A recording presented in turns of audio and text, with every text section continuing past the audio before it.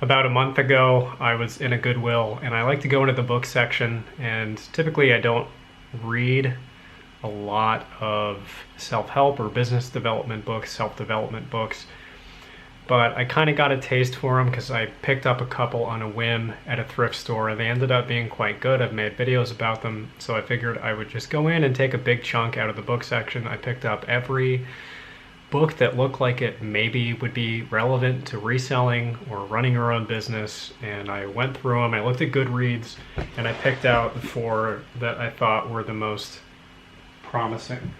Yeah, I picked these 4 out, and I read them, completed them a while ago, probably at least 3 weeks. So I've forgotten most of what I read, but I did highlight. I didn't go back and read all the highlights, but I'm just gonna do a quick recap because book reports are boring anyway. So got these 4. I'll go through them in the sequence that I read them in. So this was the first one. This is Get a Life by this person, Beth Kobliner. And this is a primer for people in their 20s or 32-year-old fail son eBay sellers who don't have a lot of financial literacy. And this is kind of a grab bag overview of all of the various realms of financial consideration that people don't consider well enough or closely enough, including, let's see, personal finance, managing debt, getting out of debt, how to bank, how to invest in the stock market, how to run a retirement savings account, how to buy a house, how to buy insurance, what kind of insurance to buy, how to do your taxes, and how to capitalize on military benefits if you have them, which I don't. So I read all of it, I highlighted it. This book made me feel ill.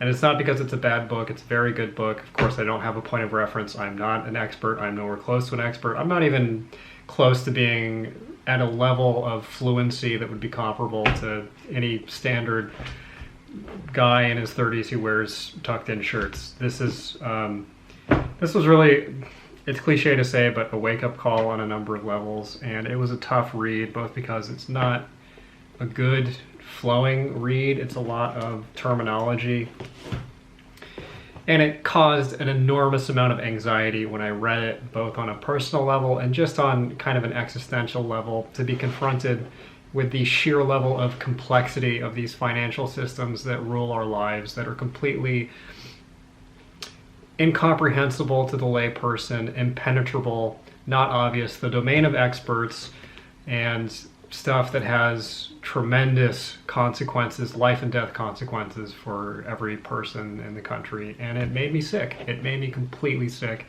But it's stuff that we are all obligated to learn about under penalty of poverty. So great read, great summer beach read.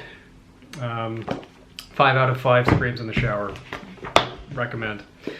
This was a lighter read. This was a book by Carl Richards, who's, I think, a New York Times guy.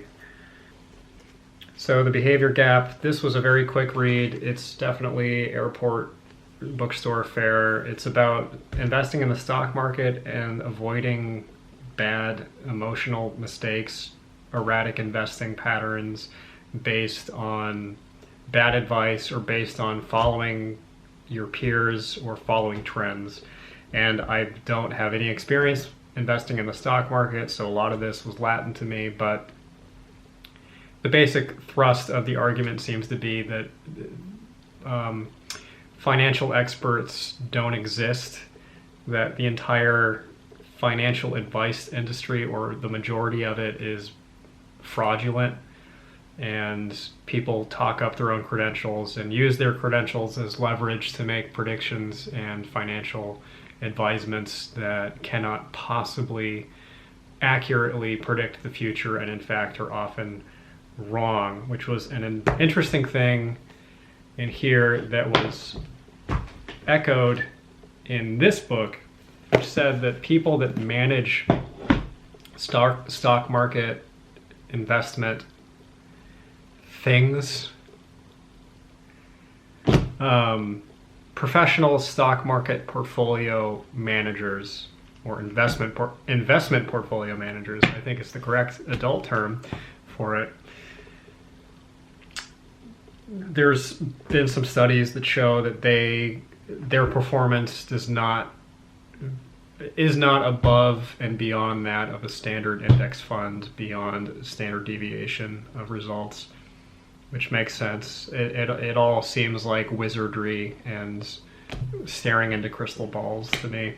So the other bit of advice is just pick stocks, pick investments, and stick to them, and try to ignore the fluctuations of the market up and down. Don't buy stocks that are soaring in price, because they will crash. Apparently this is a common mistake that people make. It's very, it seemed very kind of backyard dad advice, which is not a bad thing, but this is an early foray into this kind of research about the stock market. So I can't say one way or the other. It's a quick read. It seems reasonable enough, a little bit common sense. Those are the books that end up typically being worth something. So why not? Carl Richards, The Behavior Gap.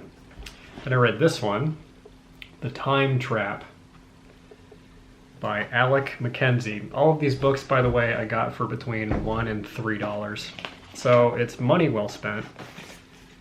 And this one was appropriately time well spent as well. It's a little dated. It's from the 90s. It's a time management book for professional people who work in an office setting specifically. And that's not clear based on the packaging, but it's very much the case. People who are in a corporate setting who are using rotary telephones and memos and secretaries. It's mostly about that, but there is really good stuff in here that I found very, very useful. And I don't think I have one. Oh, I do have one on hand. The most useful part of this book, two useful things. One, it recommends, as part of its infallible system of time management, that you take time audits for at least 3 consecutive days. So write down all of your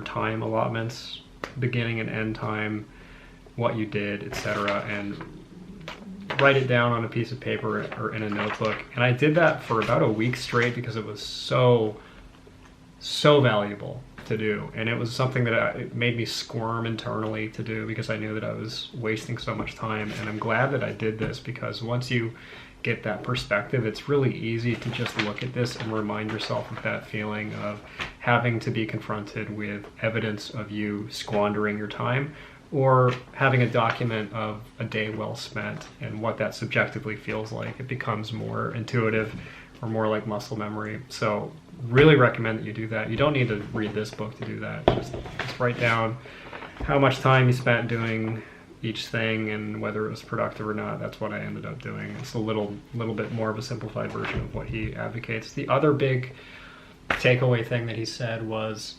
do the most important task of your day first, and don't give yourself any wiggle room to weasel out of it. Don't go get coffee, don't catch up on emails, etc. Sit down when you begin your work day and bang out the first most important task that you have to get done that day, and then it's downhill from there. So even if you get interrupted or you lose focus, you will know that at least you accomplished the most important thing that you needed to accomplish that day. I think that's a useful tidbit.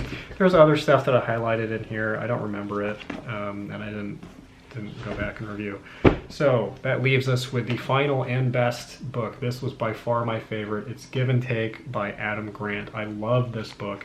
It is a little bit formulaic. It follows that same standard pattern that is familiar to people who have read more than 3 self-help books.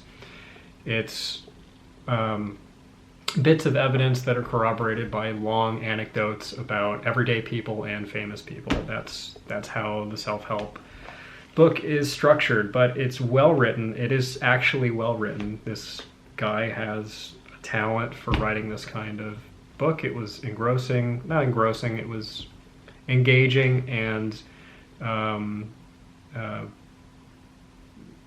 good. It was fine. It was well written, which is a nice change. It's about, basically, the premise is, by his assessment, most human beings break into 3 communication styles of how they network, how they engage with people in their lives on a personal and professional level. There's takers, people who are selfish and in every engagement with other people try to maximize personal benefit to themselves. There are, God, what was the term? Not equivocators, that is irrelevant. What was it? Traders or something like that. People who see relationships as an exchange, an even exchange. So they're scorekeepers. So they'll do something nice for somebody, but they expect a favor in return, or they are reluctant to accept favors because they think it obligates them to do a favor in return for other people. And Grant says the majority of people fall into that category.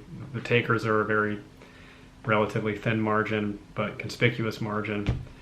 And the whatever, I'm so sorry, that's a really important part of the book. I've been listing all day. I'm very tired. So those people, the back and forth people, are most people. And then there's givers, who are the opposite of the takers, people who give time or money or whatever. They give things of value to others without the anticipation of a direct reciprocal reward for it. And his premise is that when you break down the research in terms of clinical psychology, or organizational psychology, of who are the most successful and the least successful people over the long term in their careers, givers occupy both extremes of the spectrum. So people he designates as givers are either highly successful, and successful in a way that is subjectively much preferable to the way that takers are successful, or they are doormats and they are highly unsuccessful and highly unable to render any kind of personal benefit out of their efforts in life. And this book is his roadmap, as it were, to how to become a giver if you're not one, and how to become a healthy giver if you are an unhealthy one.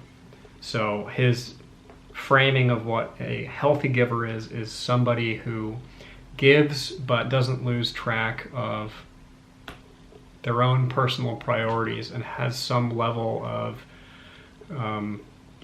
can still prioritize their own needs when and where it's appropriate to prioritize them above the needs of others, but gives freely, doesn't give naively, but trusts until there's a reason not to, and makes a habit of going out of their way to provide value unsolicited for other people, provide help and support.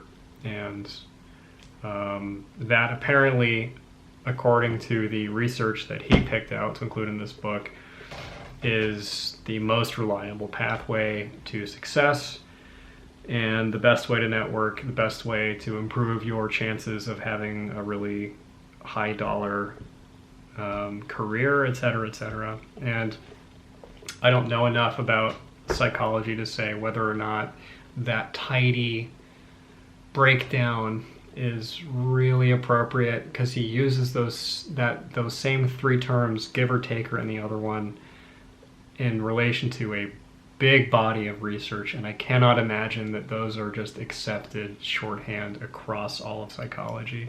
So I think there is a little bit of cherry picking, a little bit of